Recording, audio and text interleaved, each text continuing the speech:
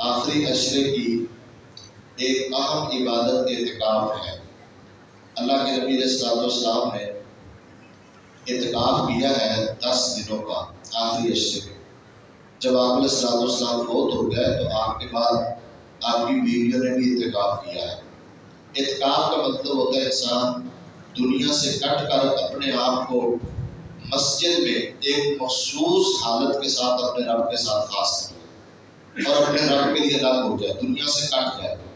یہ بہت بڑی عبادت ہے، اس کا بہت بڑا ثواب ہے، گناہوں کا کفارہ ہے۔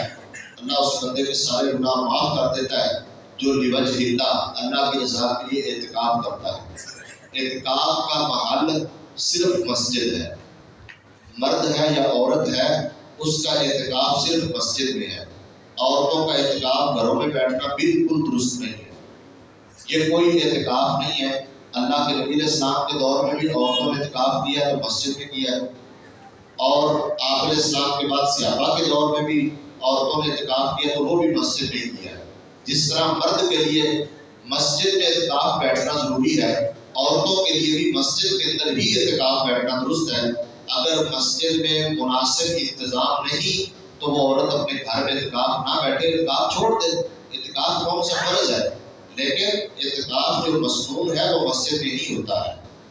دوسری بات یہ ہے، اعتکاف کا ارادہ رکھنے والے احباب 20ویں روزے کی افطاری کے بعد مسجد میں آ جائیں، رات مسجد میں گزاریں اور 21ویں روزے کی سحری کر کے فجر کی نماز پڑھ کے اپنے اعتکاف والی جگہ میں داخل ہو جائیں۔ یہ مصنون طریقہ ہے، اور جب چاند نظر آ جائے عید الفطر کا تو ان کا اعتکاف ختم ہو جاتا ہے، اعتکاف والی پابندیوں سے آزاد ہو جاتے ہیں اور وہ اپنے گھر جا سکتے ہیں۔ دوران اعتکاف بندہ نہا سکتا ہے، غسل کر سکتا ہے، خوشبو لگا سکتا ہے، جو بھی اس طرح کے جائز کام وہ کر سکتا ہے، بلا ضرورت مسجد سے باہر نہ نکلے، بلا ضرورت مسجد سے باہر نہ جائے، کسی کا جنازہ پڑھنے نہ جائے، کسی بیمار کی تیمارداری کرنے نہ جائے، مسجد میں رہے۔ اگر کوئی بہت زیادہ ضروری کام ہے جس کے بغیر کوئی چارہ کار نہیں تو انسان اعتکاف کے دوران اپنے گھر جا سکتا ہے، اپنی ضرورت پوری کر کے فوراً واپس اپنے اعتکاف والی جگہ پہ آ جائے۔ بلا ضرورت اگر مسجد سے نکلے گا تو اس کا اعتکاف ختم ہو جائے گا، یہ درست نہیں ہے، اعتکاف کے منافی ہے۔